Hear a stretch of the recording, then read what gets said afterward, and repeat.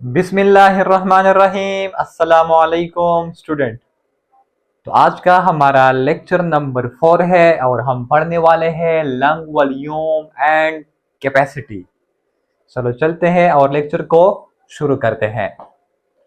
अब lung volume and capacity, अगर इसका डिफिनेशन देखा जाए तो यहां पर यह लिखा हुआ है कि वॉल्यूम ऑफ एयर, वो volume of air date can be taken, जो कि लिया जाए इनटू द लंग्स, लंग्स में, तो हम उसको क्या कहते हैं? लंग कैपेसिटी कहते हैं। मिसाल के तौर पर लंग कैपेसिटी से मुराद कि अगर हमारे पास एक 1 लीटर का बोतल है तो वो बोतल जो है वो सिर्फ 1 ही लीटर पानी लेगा। अगर मैं इसमें 2 लीटर पानी डालूं तो वो 2 लीटर पानी नहीं लेगा, बल्कि ये तो 1 लीटर है तो सिर्फ 1 लीटर ही H2O को वो लेगा। तो इसी तरह लंग का भी एक वॉल्यूम है और इसका कैपेसिटी है जो कि 5 से लेकर 6 लीटर तक जो है वो एयर को जो है लेता है, इनसे मजीद नहीं लेता। तो यहां पर लिखा हुआ है वॉल्यूम ऑफ एयर, वो volume of air date can be taken into the lung, चूंकि लंग्स को लिया जाए तो हम उसको लंग कैपेसिटी कहते हैं। अब ये लंग कितना एयर को जो है लेता है, तो अगर देखा जाए तो या 5 या 6 लीटर तक जो है एयर को टेकन करता है। ठीक है। उसके बाद अगर एक्सप्लेनेशन देखा जाए तो नंबर 1 पर आता है टाइडल एयर। ठीक है, टाइडल एयर और टाइडल वॉल्यूम। अब फॉर एग्जांपल अगर मैं रेस्ट कंडीशन में हूं, मैं हालात सुकून में हूं और मैं नॉर्मली इनहेल कर रहा हूं और नॉर्मली एक्सहेल कर रहा हूं, तो उस वक्त जो वॉल्यूम ऑफ एयर लंग में है तो उसको हम कौन सा कहते हैं? Tidal volume. और वो टाइडल वॉल्यूम कितना है? 0.5 लीटर और 50 हंड्रेड्स ml। तो यहां पर 0.5 और 50 हंड्रेड ml, तो 0.5 लीटर को अगर हम 50 हंड्रेड ml में कन्वर्ट करें तो ये कुछ इस तरह कन्वर्ट होता है कि जब मैं लार्ज वैल्यू को स्मॉल वैल्यू में कन्वर्ट करता हूं तो मैं उसको मल्टीप्लाई करूंगा। फॉर एग्जाम्पल 1 किलोमीटर में 1000 मीटर है, इसी तरह 1 लीटर में 1000 ml है। तो ये 0.5 जो है ये मैं मल्टीप्लाई करूंगा किसके साथ? 1000 के साथ। अगर मैं इस पॉइंट को खत्म करूं, इस इशारे को खत्म करूं, तो यहां पर मैं 1 लगाऊंगा और 5 के लिए 0 लगाऊंगा। तो ये 0 और ये 0 तो खत्म हुआ और सिर्फ 5 मल्टीप्लाई बाई 100 करेंगे तो हमारे पास कौन आएगा? 50 100 ml आएगा। तो ये कुछ इस तरह आया हुआ है। ठीक है, जब आप लीटर को ml में कन्वर्ट करो, मिली लीटर में कन्वर्ट करो, क्योंकि लीटर लार्ज वैल्यू है और मिलीलीटर जो है स्मॉल वैल्यू है। उसके बाद नंबर 2 पर है इंस्पायरेटरी रिजर्व वॉल्यूम, IRV। जब मैं उस टाइडल वॉल्यूम को जो है नॉर्मली एक्सहेल करता हूं, उसके बाद इंस्पायरेटरी IRV अगर मैं करूं, IRV से मुराद जब मैं फोर्स से इनहेल करूं और नॉर्मली एक्सहेल करूं, तो इसको हम क्या कहते हैं? Inspiratory reserve volume. अगर मैं फोर्सफुली जो है इनहेलेशन करो और वो इनहेलेशन, वो एयर जब लंग में जाता है और वॉल्यूम गेयर करता है तो उसको हम क्या कहते हैं? Inspiratory reserve volume. लेकिन नॉर्मली हम एक्सहेल करते हैं, फोर्सफुली हम इनहेल करते हैं और नॉर्मली एक्सहेल करते हैं, तो वो जो वॉल्यूम को जो है कवर करता है तो वो है 3000 ml और 3 लीटर, क्योंकि 1 लीटर में 1000 ml होता है, तो 3 लीटर में कितने ml हो गए? 3000 ml। इसी तरह इंस्पायरेटरी रिजर्व वॉल्यूम के बाद एक्सपायरेटरी रिजर्व वॉल्यूम है।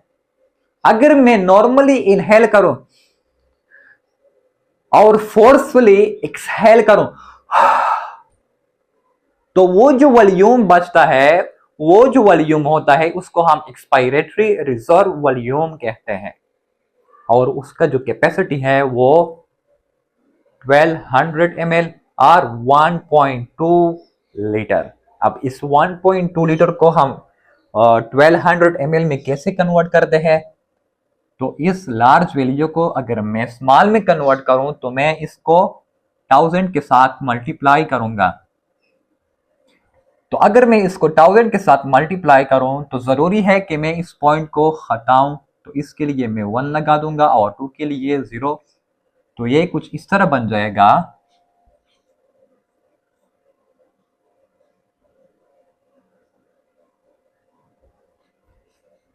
तो इस 0 को और इस 0 को मैं काटता हूं, तो ये कुछ इस तरह बन जाएगा, और इनसे जो हमारे पास वैल्यू आएगी तो हमारे पास आएगी 1200 ml। ठीक है, तो ये कुछ इस तरह आया हुआ है। जब मैं वॉल्यूम ऑफ एयर, यहां पर मैंने लिखा भी हुआ है कि volume of air that forcefully exhale before normal inhalation, अगर मैं नॉर्मली इनहेल करूं और फोर्सफुली एक्सहेल करूं तो हम उसको क्या कहते हैं? एक्सपायरेटरी रिजर्व वॉल्यूम, या हम इसको ERV भी कह सकते हैं। ठीक है, यहां पर आप देख लिए मैंने इसके साथ लिखा भी हुआ है। ठीक है, लेक्चर खत्म होने के बाद मैं फिर से रिवाइज करूंगा। तो रेजिडुअल वॉल्यूम, अब यहां पर मैंने आपको बताया ERV कि जब मैं नॉर्मली तो इनहेल करता हूं, लेकिन अगर उसके बाद मैं फोर्सफुली एक्सहेल करूं, नॉर्मली इनहेल किया, अब फोर्सफुली एक्सहेल किया, अब जो एयर लंग्स में रह गया और उसने जो वॉल्यूम घेरा हुआ है उसको हम रेजिडुअल वॉल्यूम कहते हैं। ठीक है, तो volume of air that is remain, जो कि रिमेन है आफ्टर फोर्स इनहेलेशन, तो हम इसको रेजिडुअल वॉल्यूम जो है कहते हैं। और ये कितना कैपेसिटी कवर करता है? 1.5 लीटर से लेकर 50-100 ml। अब ये किस तरह से 1.5 को 50-100 ml में कन्वर्ट करते हैं? बिल्कुल इसी तरह, इसको भी इस तरह जो है कन्वर्ट करते हैं। अब कॉम्प्लीमेंटल एयर, कॉम्प्लीमेंटल एयर वो एयर या वॉल्यूम है कि जब हम सिवियर एक्सरसाइज करें तो हम टेकन करते हैं और गो आउट करते हैं किस चीज को? एयर को, तो उसको हम कॉम्प्लीमेंटल एयर जो है कहते हैं। Volume of air that is taken and given out during severe exercise, कि हम जो है उसको ले और बाहर करें एक्सरसाइज के दौरान, तो हम उस एयर को क्या कहते हैं? कॉम्प्लीमेंटल एयर कहते हैं। अगर मैं इस टोटल वॉल्यूम को जो है प्लस करूं तो उससे मुझे जो सम आता है वो 6000-2000 आता है। लेकिन अगर देखा जाए तो जो वॉल्यूम हमारा लंग्स कवर करता है तो वो 5 लीटर से लेकर 6 लीटर तक है। हमारी बुक में जो है 5 लीटर तक है, लेकिन फेडरल के बुक में जो है वहां पर 6 लीटर लिखा हुआ है। तो मैंने ये बताया कि लंग जो है वो एक लंग का खुद एक वॉल्यूम है, जो कि इसका लेंथ है, जो इसका विड्थ है और इसका हाइट है। वॉल्यूम समझेंगे metre cube, area metre square, वो फिजिक्स के फर्स्ट चैप्टर, फिजिक्स का जो फर्स्ट ईयर है उसका फर्स्ट चैप्टर मेजरमेंट में इसे समझेंगे। ठीक है, फिर आपको ये जो है और समझने में मजा आएगा। तो ये लंग का वॉल्यूम भी है और इसका कैपेसिटी भी है। इसका कैपेसिटी जो है 5 से लेकर 6 लीटर तक है। अब अगर एक्सप्लेनेशन देखा जाए और इसका रिस्पायरेटरी साइकिल इसको कहते हैं कि हम इनहेलेशन करें और एक्सहेलेशन करें। ठीक है, तो नंबर 1 पर है टाइडल एयर के, जब हम रेस पर हो और एयर को ले। इंस्पायरेटरी जब हम फोर्सफुली इंस्पायर करें, एक्सपायरेटरी जब फोर्सफुली एक्सपायर करें। रेजिडुअल वो एयर जब हमारे लंग्स में बाकी रहे एक्सपायरेटरी के बाद, एक्सपायरेटरी रिजर्व वॉल्यूम के बाद। और कॉम्प्लीमेंटल एयर जब हम एक्सरसाइज करें और हमारे अंदर जो हवा आती हो जाती है तो हम उसको कॉम्प्लीमेंटल एयर कहते हैं।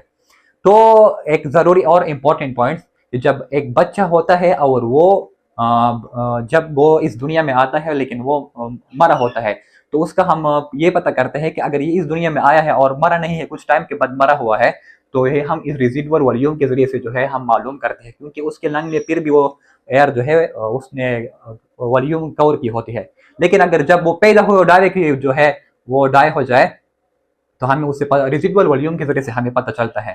ठीक है, तो इंशाल्लाह मिलते हैं नेक्स्ट लेक्चर में। शुक्रिया, अल्लाह हाफिज।